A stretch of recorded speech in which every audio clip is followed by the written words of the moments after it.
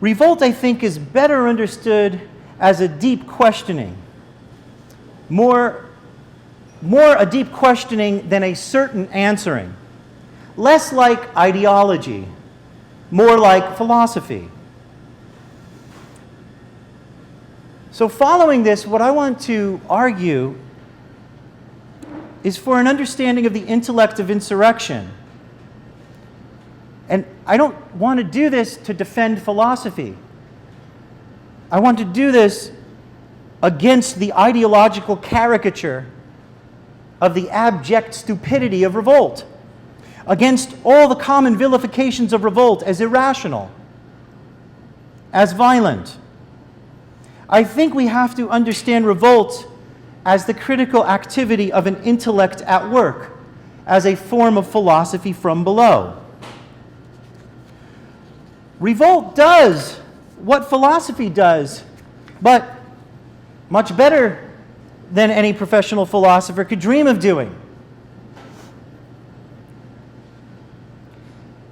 The intellect of insurrection can be seen in some of its basic features. Revolt does raise questions. Revolt does make criticisms. Revolt does express disaffection about the justice and the reality of the existing world. It calls for a different justice and a different reality, for some other state of affairs or states of affairs, for a new situation that can be imagined as both possible and desirable, even for a new situation as an ethical obligation. Like much good philosophy, which ignores the fact that so much of philosophy is not good, revolt presents positions that are marginal or invisible without it. Revolt puts questions on the table, raises questions that are not being widely asked without it. Revolt seeks to eliminate the invisibility of different logics. And like the best in philosophy, it's a dangerous intellectual activity. Even where revolt is not violent, it self-consciously risks various forms or consequences of violence. That's a tradition in philosophy that goes back to Socrates. Socrates, who found himself an enemy of the state for raising questions in the streets of Athens. Raising questions in the streets of Athens, the wrong questions at the wrong time.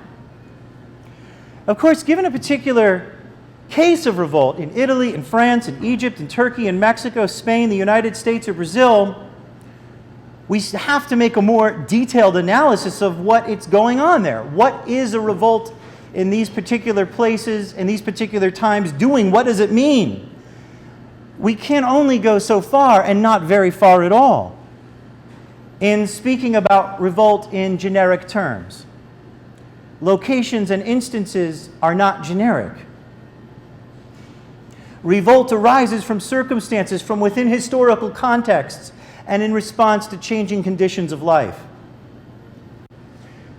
Consider the case of the response to the police shooting and killing of an unarmed black teenager, Michael Brown, in Ferguson, Missouri. I live about 30 miles north of Ferguson, Missouri, in Springfield, Illinois. Consider the case of Michael Brown in August of 2014. The St. Louis suburb was rocked for days by uprising, smashed shop windows, protests, fire, confrontations with police. Thousands of bodies in the streets, outraged by the murder of Michael Brown. While news reports, predictably and reliably, condemned the uprisings, never hesitating to call them violent, participants in the upheaval explained their rational content, explained the reasonable content of the Ferguson uprising. One insurrectionist, DeAndre Smith, told the St. Louis Post-Dispatch that The Ferguson Revolt was the inevitable and dignified response to the injustice, saying, quote, "I think they got a taste of what fighting back means." The general feeling expressed by the participants in the uprising seemed to agree with Mikhail Bakunin's 1872 sentiment that, quoting Bakunin, "Revolt is a natural tendency of life. Even a worm turns against the foot that crushes it. In general," he said, "the vitality and relative dignity of an animal can be measured by the intensity of its instincts to revolt," close quote. So contrary to racist caricatures of insurgents as wild animals, revolt is, for the human animal, a modality of indignation. It's a measure of dignity.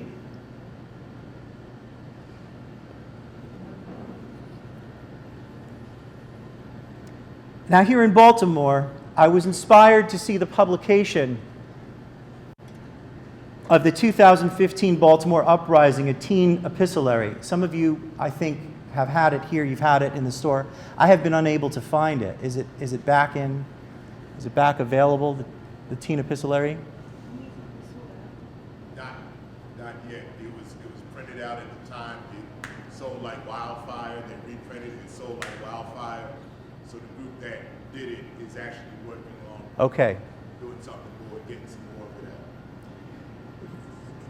that. I was greatly interested and remain interested in reading it, because it immediately seems a more promising guide to understanding the direct thinking, the communicative, the cognitive content of the Baltimore Uprising than, for example, to have it explained by professional thinkers. The model for the teen epistolary, which I have not yet seen myself, reminded me of the importance of that book that came out on AK Press, We Are an Image from the Future, that collected participant observation and commentary from the uprising in Greece in 2008. Professional thinkers, myself included, have to understand that we don't teach insurrection. We can only hope to learn from it.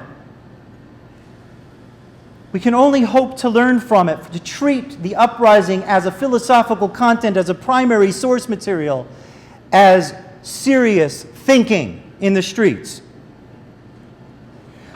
Our main mode of participation, and it's not the only mode, is to try to counteract certain discourses. Books, all behind me, written by intellectuals in various places around the world, professional thinkers. The store is full of them. They all deal in discourse. They all deal in thinking about discourses, different ways of thinking and speaking. So we have a kind of minimal role in that way. It's not necessarily decisive, but it does matter. Discourse matters. Consider, for example, how idiotic depictions of violence remain effective and reliable mechanisms for the total and immediate disqualification of the intellect of insurrection. That it's hard to get past the reactionary and idiotic depiction of the violence, to actually consider the content, the intellect, the philosophical activity. In 1919, Georg Lukács, Hungarian Marxist, criticized the capitalist tendency to only see violence as something outside the economy and law. Lukács observed that the capitalist society presents itself as the non-violent situation, presents its laws as the order of peace. And so by definition, anything that opposes the legal and economic reality is immediately singled out for the name violence. There is a problem there because it makes it difficult for us to see the violence of everyday life. It makes it difficult for us to see other forms of violence. And I have to add something here in light of what has happened in the past 48 hours in the Paris attacks, which everybody knows is a catastrophic situation demanding condemnation. It is not our responsibility, though, to condemn the violence that is everywhere already and always being condemned. What about all of the other violence? Sometimes I teach a class at the University of Illinois on globalization, which is basically a semester-long demolition derby on so-called capitalist democracy. And invariably, always a student says, "But Gilman-Opalsky, where's the other side?" To which I say, "This is the other side. When you leave, the side you're asking for is already everywhere present." So there is a problem with which violence receives our moral indignation. And I am suspicious of the moral condemnation of some of the violence, especially when the condemnation is focused on communities that we most closely identify with. It's a problem of identification. When we get most upset about violence visited upon those people that we most closely identify with. But Revolt, I think, does this work better because it confronts the everyday violence of economy and law. It confronts the everyday violence that isn't singled out and named as violence. And it asks us, Revolt, it says, will we worry less about violence to capital, to its inanimate objects and commodities? And maybe will we worry more about the violence of capital? Rather than the violence to capital, what about the violence of capital? A broken window, looted food, a burning bank, a burning car are indeed violence from the perspective of property law. But from what perspective is poverty violence? From what perspective is mass incarceration violence?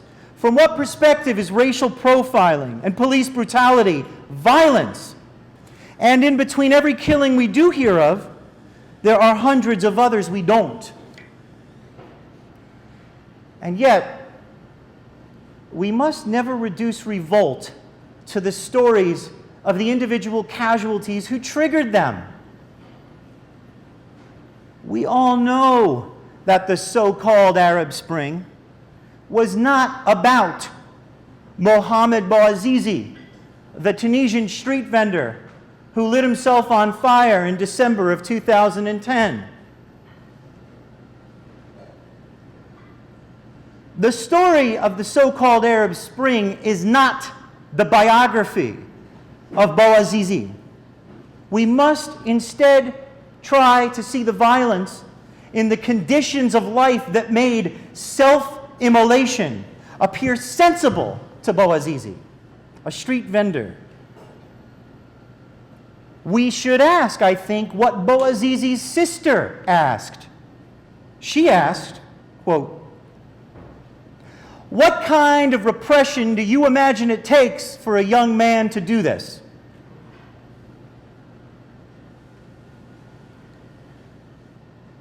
Is it possible to take seriously the everyday violence that revolt opposes? Is it possible to think of uprising, riot, revolt, insurrection as an oppositional force to violence, as an oppositional force to the violence that we do not discuss or identify as such, And the real tragedy is that we do not discuss it not only because of racism, which is a huge part of the story, but we do not discuss it because we have become accustomed to accepting that violence, accepting the unacceptable, tolerating the intolerable. Can we only hear the demos when it speaks in ballots?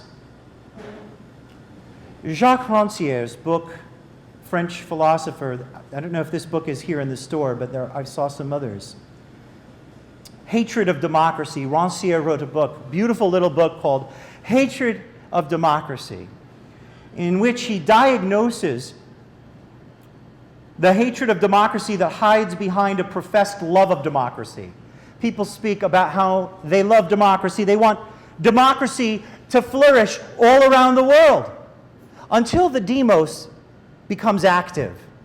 And then, wait a minute. Well, I love democracy, but that demos should settle down, because the demos means people. And it seemed to Rancière that one of the things that those who profess their love of democracy hate the most is an active demos. And so he diagnoses in that book how underneath the professed love of democracy is a visceral hatred of it. What I want to do, as I'm drawing to the conclusion here, is I want to propose a variation on Rancière's theme. I claim that those who condemn the revolts secretly love them. They condemn the revolts, but they're glad to see them.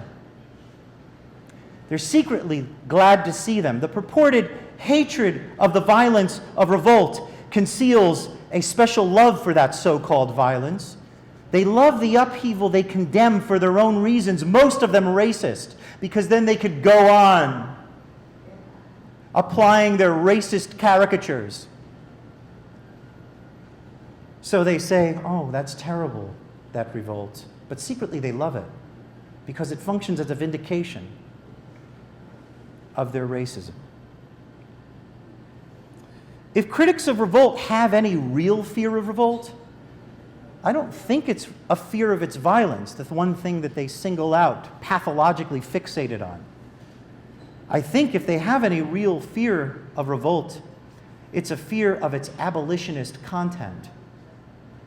There's a long abolitionist history in this country. There's a long history of slave revolts. There's a long history of riots. Revolt today takes up unfinished business. Do you think that in 1965 in Watts, Los Angeles, the race problem was solved in America?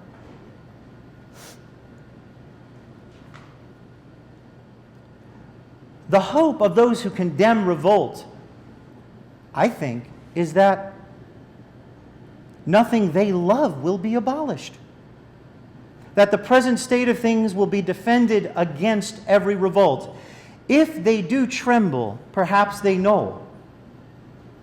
Revolt continues where previous revolt leaves off, in exactly the sense we opened with by discussing Deleuze and Guattari. When they said May 68 did not take place, what they meant was, just because you don't see it now doesn't mean it is gone and over. Let me tell you a story briefly that was very inspirational on this particular case.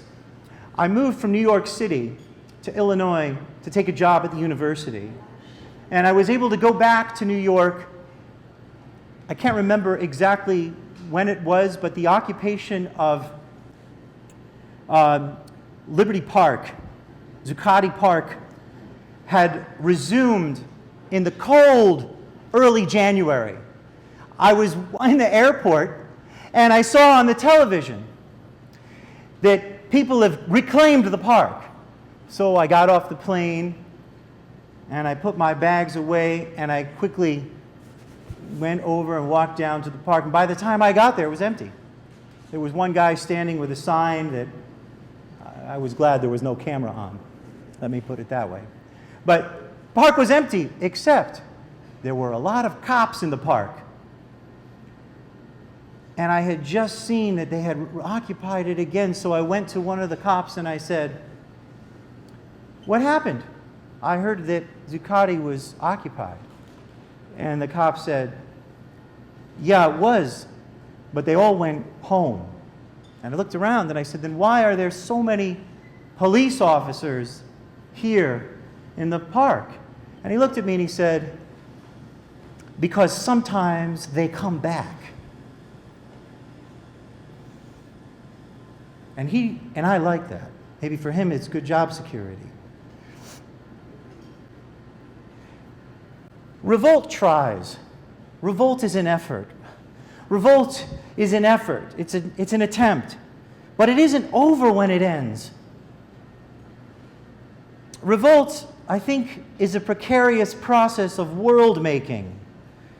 A precarious process of world making. It tries but doesn't know what will happen. It's an intermediary phase in the development of human liberation. It seems to me, when looking in my work at lots of different uprisings over the years, that the one great confidence of revolt is that the present situation is unacceptable. That the one great confidence in every revolt is an expression that the situation is unacceptable. And I don't think we should shift always to an agenda with itemized.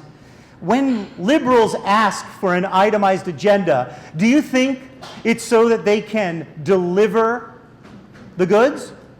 When liberals ask for an itemized agenda, it's so that they can reject each plank.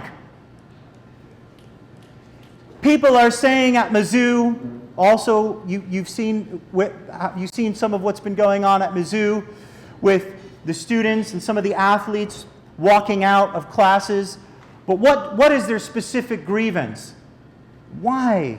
Why do the liberals want to know the specific grievance? So that they can disqualify it. But the fact is, it's a generalized disaffection. It's about a history. It's about a history at Mizzou and the surrounding community, a history of racism. It's a general, and when people watch, they don't like that because they don't know what to do with an expression of total disaffection. It's ungovernable, which is its virtue. So, in between revolt, we do grow accustomed, I think, to accepting the unacceptable, to tolerating the intolerable, and so we should not quickly jump when they ask for a list of demands. We shouldn't minimize the significance of an epiphany. An epiphany is very significant. When revolt breaks pathological obedience, when revolt breaks the pathological reproduction of everyday life, we should recognize in that an enormous achievement, an enormous accomplishment, and we should know that the end of revolt is not its end. Everyone knows that rational people behave differently. Rational people write letters. Rational people write books. I write books. How many people read my books compared to how many people talk about an uprising? It's embarrassing, but that's how it is. Books are begging in this insane, highly compressed attention economy for 1 minute of focus. The words are begging for attention.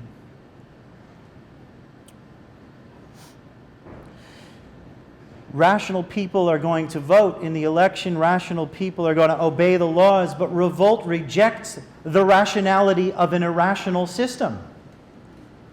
Revolt rejects the rationality of an irrational, revealing that there are other reasons, there are other rationalities, ones that are excluded by the ideological narrowness of those who always defend the existing situation. Revolt, I think, is largely, not entirely, And as I said, I'm speaking in somewhat generic terms. We have to look at cases, and maybe we can. I'm interested in knowing what you think.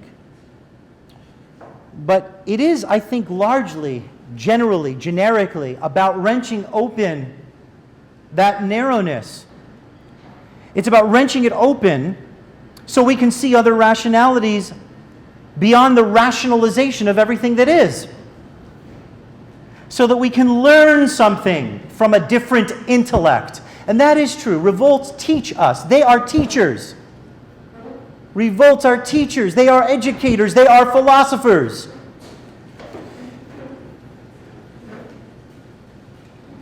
And at certain junctures, it becomes clear. We cannot simultaneously reproduce everyday life and transform it. And I think that is the basic logic of revolt. Thanks.